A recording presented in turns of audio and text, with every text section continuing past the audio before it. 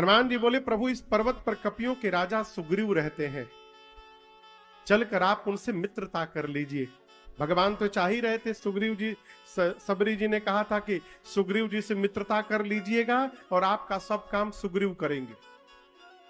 भगवान ने सुग्रीव से मित्रता की। हनुमान जी बोले, प्रभु सुग्रीव के भाई है बाली, बाली ने सुग्रीव का सब कुछ छीन लिया है, इनकी पत्नी को भी छीन लिया है, इनकी राज सत्ता छीन ली है, इनका ऐश्वर्य छीन लिया है, सब कुछ छीन लिया है। उसी के डर के मारे पहाड़ पे रहते हैं, क्योंकि उसको शाप मिला है इस ऋष्यमुख पर्वत पर पांव रखेगा तो उसकी मृत्यु हो जाएगी, इसलिए यहां पर आता नहीं है, वो सुग्रीव वहीं रहते हैं। भगवान ने कहा, कोई बात नहीं मित्र, मैं पहले तुम्हारा काम करता हूं, बाली को मारकर मैं तुमको राजा बनाता हूं, तुम्हारा ऐश्वर्य तुम्हारी संपत्ति तुमको वापस कराता हूं, और जब तुम राजा बन जाना उसके बाद तुम मेरा काम करना। राम जी का कौन सा काम है? बोलिए बोलिए। सीता मैया का पता लगाना ही राम जी का काम है। और भगवान ने अपना वचन पूरा किया हो, बाली राम निज धाम पठावा। बाली को भगवान ने गति प्रदान की, मारा बाली को भगवान ने। लेकिन आप ये बात समझ रखिएगा, राम जी ने अकारण बाली को नहीं मारा।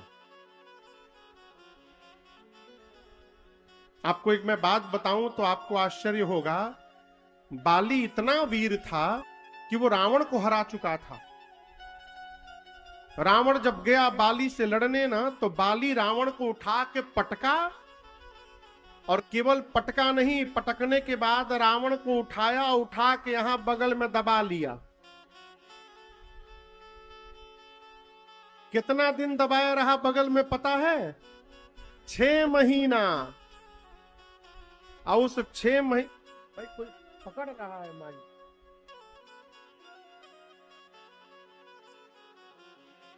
6 महीना बगल में दबाकर बाली पूरा वर्ल्ड टूर किया।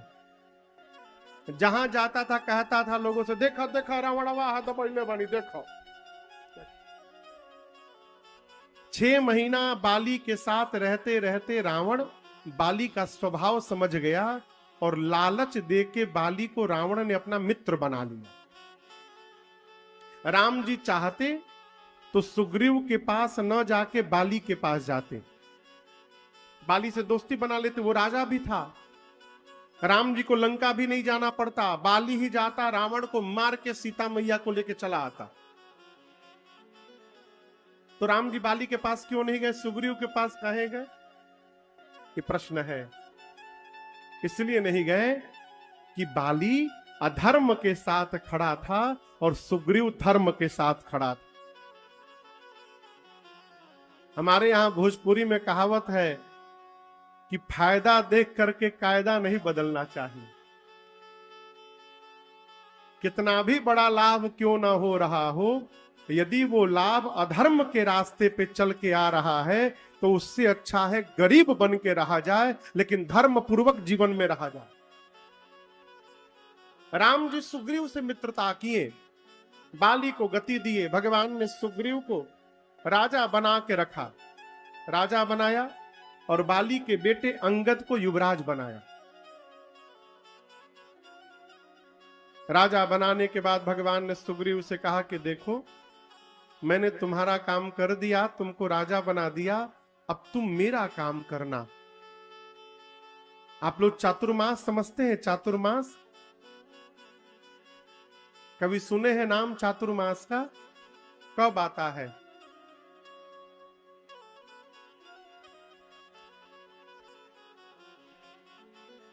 बोलिए।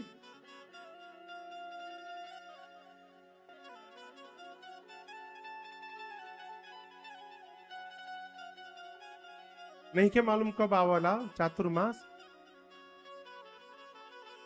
बरसात में। किस दिन प्रारंभ होता है पता है? सावन प्रारंभ होने के पहले जो एकादशी पड़ती है, सावन के पहले जो एकादशी पड़ती है, जिसका नाम है देवशयनी एकादशी, उस दिन से प्रारंभ होता है। और कब पूरा होता है? दिवाली के बाद जो एकादशी पड़ती है उसका नाम है देव उठनी एकादशी, देव प्रबोधनी एकादशी। देव शयनी से लेकर देव उठनी के बीच को चातुर्मास कहते हैं। तो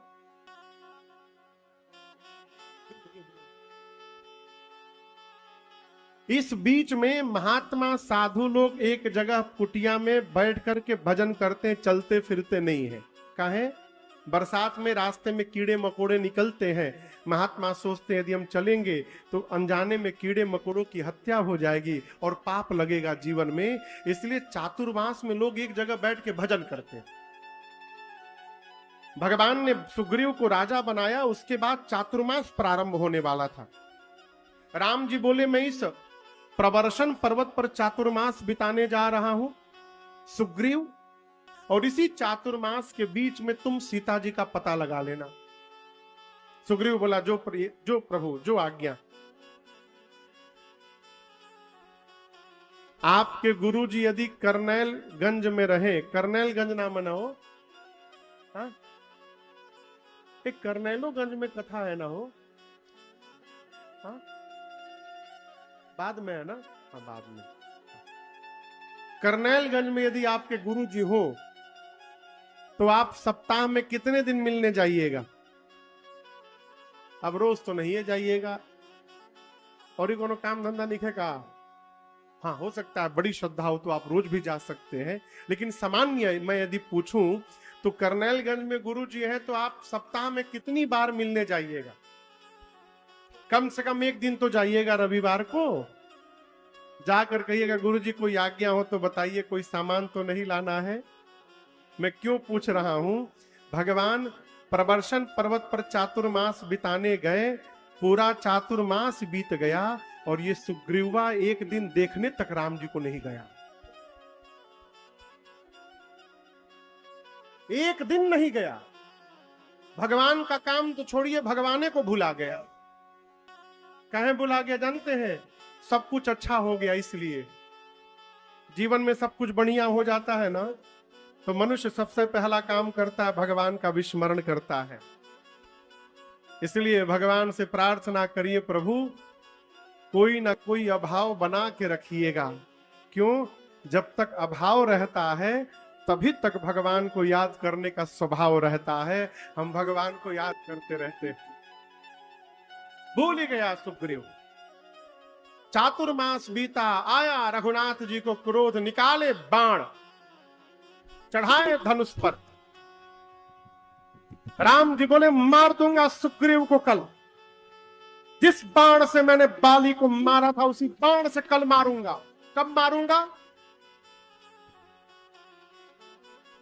राम जी कहते हैं किसी से झगड़ा करना हो ना, फोन उठा करके कहिए, मिला करके तैयार रहना, कल 10 बजे सुबह आऊंगा तुम्हारे घर और गेट खोलते तुम्हारे मुंह पर मारूंगा 5 मुक्का। कब मारूंगा? कल। कल कहाँ जानते हैं? हो सकता है कल आते आते लड़ाई करने का आपका विचार बदल जाए और आप इस पाप से बच जाएं। भगवान ने कहा कल मारूंगा। लक्ष्मण जी बोले वाई कल? कल क्यों? आप भैया रुकिए, मैं आज ही मार के आता हूं उसको। लक्ष्मण जी जब मारने के लिए गए तो राम जी हाथ पकड़ लिए, बोले देखो अच्छा है चाहे बुरा है, मेरा मित्र है वो, मैं उसको दोस्त बनाया हूं, इसलिए लक्ष्मण मारना मत उसको, केवल जाओ उसको डरा धमका कर ले आओ। लक्ष्मण जी गए, सुग्रीव को पकड़ के लाए, आया पांव पर गिर गया। पांव पर गिर गया हो, देखिए बुरा ना मानिएगा, झूठा आदमी कसम बहुत खाता है।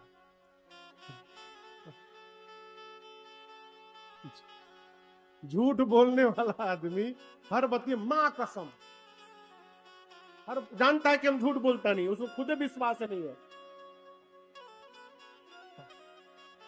तो सामने वाले को विश्वास दिलाने के लिए कसम खा लेता है। सुग्रीव आया, पांव पर गिरकर रोने लगा, प्रभु क्षमा करिए, आपकी माया के कारण भूल गए आपको। भगवान बोले क्षमा है, अब चलो पता लगाओ सीता जी का। सुग्रीव ने कपियों को बुलाया, बुलाकर कहा पूरब जाइए। कहां जाइए? जोर से बोलिए। पश्चिम जाइए। कहां जाइए? उत्तर जाइए। कहां जाइए? जाके सीता जी का पता लगाइए। पहली शर्त, 1 महीने में लौट के आना है। क्यों?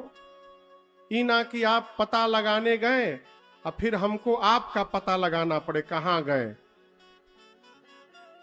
किसी व्यक्ति को ऐसे भी लोग हैं कि उनको कोई काम सौंपिए ना तो उनके पीछे 2 आदमी लगाना पड़ता है, देखो करत ताकि नहीं करत। तो सुग्रीव ने कहा कि 1 महीने में पता लगा के आना है। कितने दिन में? 1 महीने में। दूसरी शर्त, ये नहीं कि गए 1 महीना पिकनिक मना के चले आए और आके बोल दिए नहीं मिली, ये सब नहीं चलेगा। आना है तो पता लगा के ही आना है। खाली हाथ जो लौट कर आएगा वो आने के साथ ही मेरे हाथ द्वारा मार दिया जाएगा। सारे कपी गए, इनके पास सीटी बज रही है, सीटी। हाँ। इनके बाद जो मुख्य सेनापति थे, जामवंत जी, हनुमान जी, अंगद जी, नलनील, द्विदमयंद, सठ निसठ, इन कपियों को बुलाकर सुग्रीव जी ने कहा आप लोग मिलकर दक्षिण दिशा में जाइए। कहां जाइए? और सीता जी का पता लगाइए। लेकिन याद रहे शर्तें यहां भी लागू हैं, आपको भी 1 महीने में आना है और पता लगा के ही आना है। सभी कपि प्रणाम करके गए और सबके जाने के बाद सबसे अंत में श्री हनुमान जी महाराज ने भगवान को प्रणाम किया। आप कल्पना करिए यहां पर राम जी बैठे हैं, सामने श्री जामवंत जी ने प्रणाम किया तो राम जी आशीर्वाद दिए केवल। अंगद जी प्रणाम किए तो राम जी ने क्या किया? आशीर्वाद दिया। नल नील प्रणाम किए तो राम जी ने आशीर्वाद दिया। सबके अंत में जब श्री हनुमान जी ने प्रणाम किया तो भगवान ने आशीर्वाद नहीं दिया। राम जी क्या बोले? हनुमान जी को अपने पास बुला लिए कि इधर आओ। जानते क्यों बुलाए? आप में से किसी को पता है हनुमान जी को राम जी ने क्यों बुलाया? काहे बुलाया हो? हाँ, भगवान जानते हैं कि जा भले सब रहे हो लेकिन मेरा काम तो मेरे हनुमान ही करके हमारे पास लौटेंगे, इसलिए भगवान ने केवल हनुमान जी को बुलाया। सिर पर हाथ रखा और उसके बाद अपनी संध्या वाली अंगूठी निकाल करके भगवान ने हनुमान जी को दिया और कहा हनुमान इसको दिखाइएगा तो सीता समझ जाएंगी आपको मैंने भेजा है, जाइएगा, जा करके बहु प्रकार सीतहि समूझाए कही बल बिरह बेगी तुम आए। राम जी ने कहा कि जाकर अनेक प्रकार से को समझाइए और मेरा बिरह बल बताइएगा। उनके वियोग में कितना मैं बिरही बना हूं ये उनको बताइएगा। क्या बताइएगा ये राम जी ने नहीं बताया, केवल इतना बताया कि मेरा बिरह बताइएगा। अब आप तनिक सोचिए हनुमान जी महाराज क्या जाने कि पत्नी का विरह क्या होता है।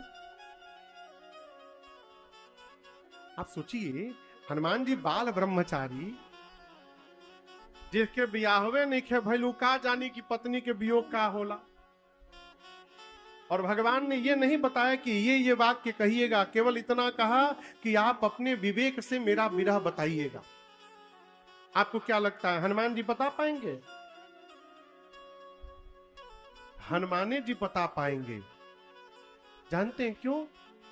आपके विषय में ठीक से वो नहीं बता पाएगा जिसका शरीर आपके साथ रहता है।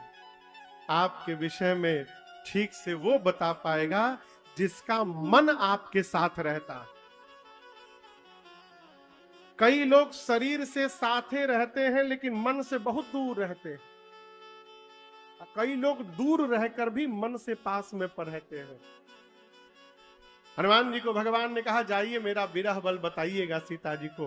हनुमान जी कपियों को लेकर गए और एक तपस्विनी मिली स्वयं प्रभा जी, उन्होंने अपनी तपस्या के बल से समुद्र के किनारे भेज दिया। समुद्र के किनारे जटायु जी के भाई संपाति मिले। माइक पकड़ रहा है किसी का, पंडित जी आपका पकड़ता है। अब सीधा बैठिए, टाइम लगेगा।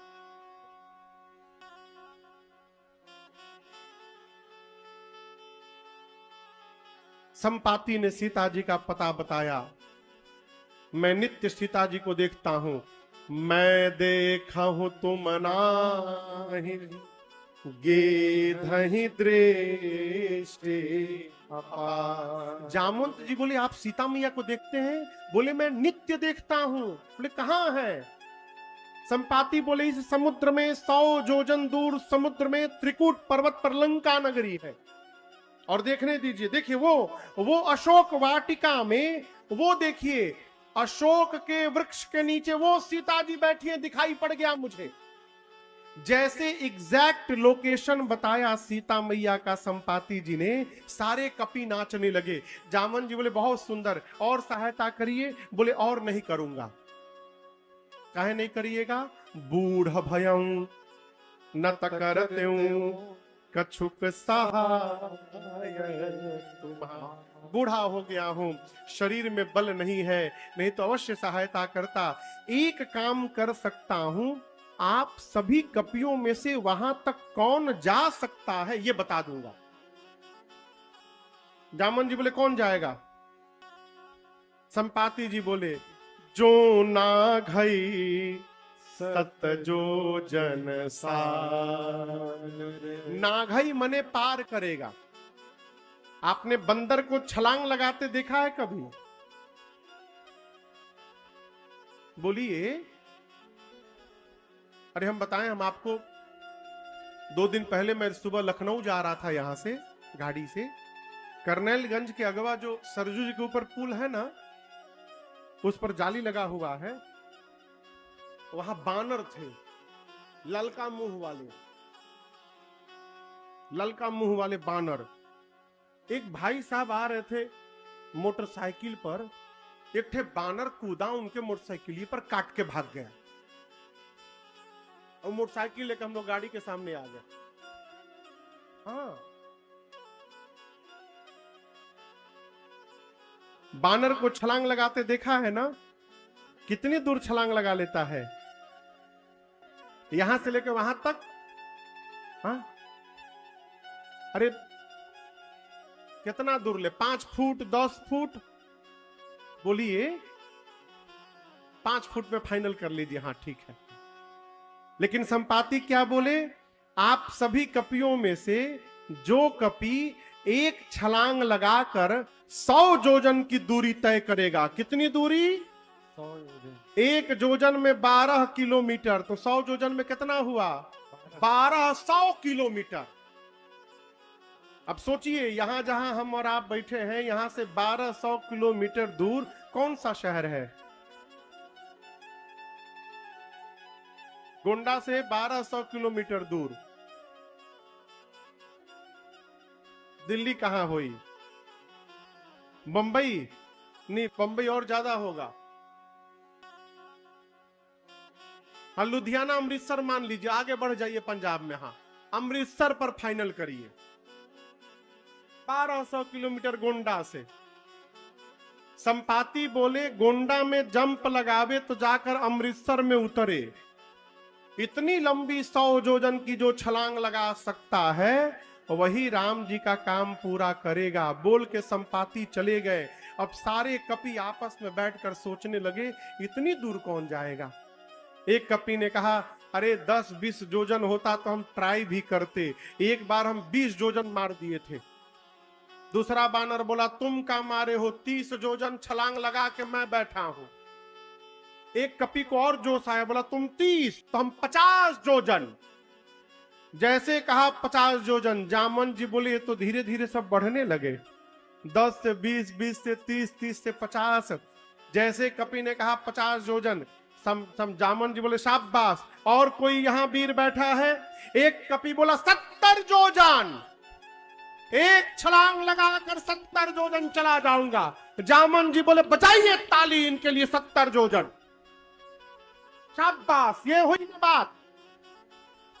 और कोई वीर बैठा है 70 जोजन के आगे जाने वाला, हिम्मत बांधिए, आप कर सकते हैं। एक कपी पूरा हिम्मत बांध कर बोला एक छलांग में 90 जोजन चला जाऊंगा मैं। जामन जी बोले डबल ताली मारिए इनके लिए, डबल ताली। एक छलांग में 90 जोजन, बस थोड़ा सा हिम्मत बांधिए, 100 जोजन पूरा हो जाएगा। कौन जाएगा? अब जितने बानर थे सब 90 जोजन वाले का मुंह देखने लगे। एक ने कान में कहा हो सही में जईबा की बस फेंक देले बड़ो। जामन जी हिम्मत दिलाते हैं, हिम्मत बांधिए, आप कर सकते हैं। 90 जोजन के आगे कौन जाएगा? कोई कपी सांस नहीं ले रहा है। और 90 जोजन वाला बार बार हम जाई, कहां जाइबा? 90 नहीं 99 भी जाइएगा तो पानी में डूब जाइएगा। कितना जाना है? जामन जी बोले मैं बूढ़ा हो गया हूं, मेरी जवानी रहती तो मैं बताता आप लोगों को 100 जोजन किसे कहा जाता है। जब भगवान ने बलि को बांधने के लिए त्रिविक्रम रूप धारण किया था, उस बढ़े हुए स्वरूप को तो अपनी जवानी में मैंने 2 घड़ी में 7 परिक्रमा मारी थी, तब मेरी जवानी थी। धिक्कार है आप लोगों की जवानी पर। है जब जवानी को धिक्कार कहा ना, अंगद बोले मैं चला जाऊंगा, मैं 100 जोजन चला जाऊंगा। जामन जी बोले खुश होकर बोलो। बोले जा तो सकता हूं, रिटर्न की गारंटी नहीं है मेरी। अंगद कहे जाऊं मैं पारा, परंतु जिय संशय कछु फिरती बारा। जामन जी मन में बोले कि जब जाके आइए नहीं पाओगे तो बीच में कहा लबर लबर बोल रहे हो। केवल जाना नहीं है, फूकना भी है,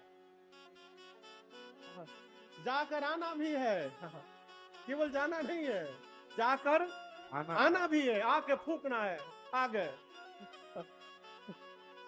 अच्छा आप बताओ जाना किसको है? जिसको जाना है वो चुपचाप बैठे हैं, और जिसको नहीं जाना है सब आपन आपन विजिटिंग कार्ड लेके घूम रहे हैं कि हम 20 जोजन 30 जोजन। ठीक जानते हैं इनाम हमको आज मिला है।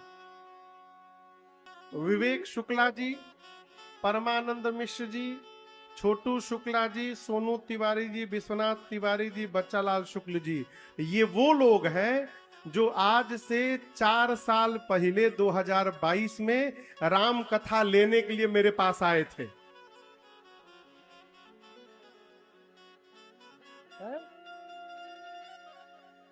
तो ये काम करने वाले लोग हैं।